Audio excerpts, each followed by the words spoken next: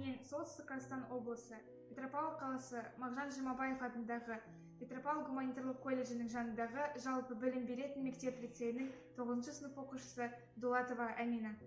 Қалың елім қазағым, Абай Құнанбайұлы. Қалың елім қазағым, қайран жұртым, ұстар асыз аузыңа түсті мұртың.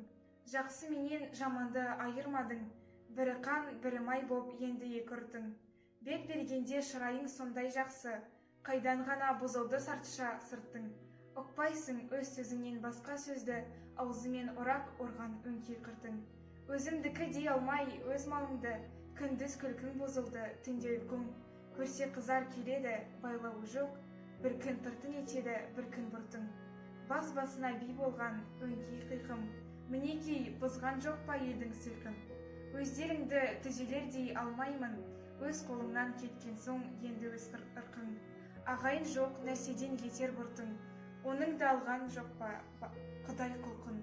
Бірлік жоқ, береке жоқ, шын пейіл жоқ, сапырылды байлығың баққан жылқың.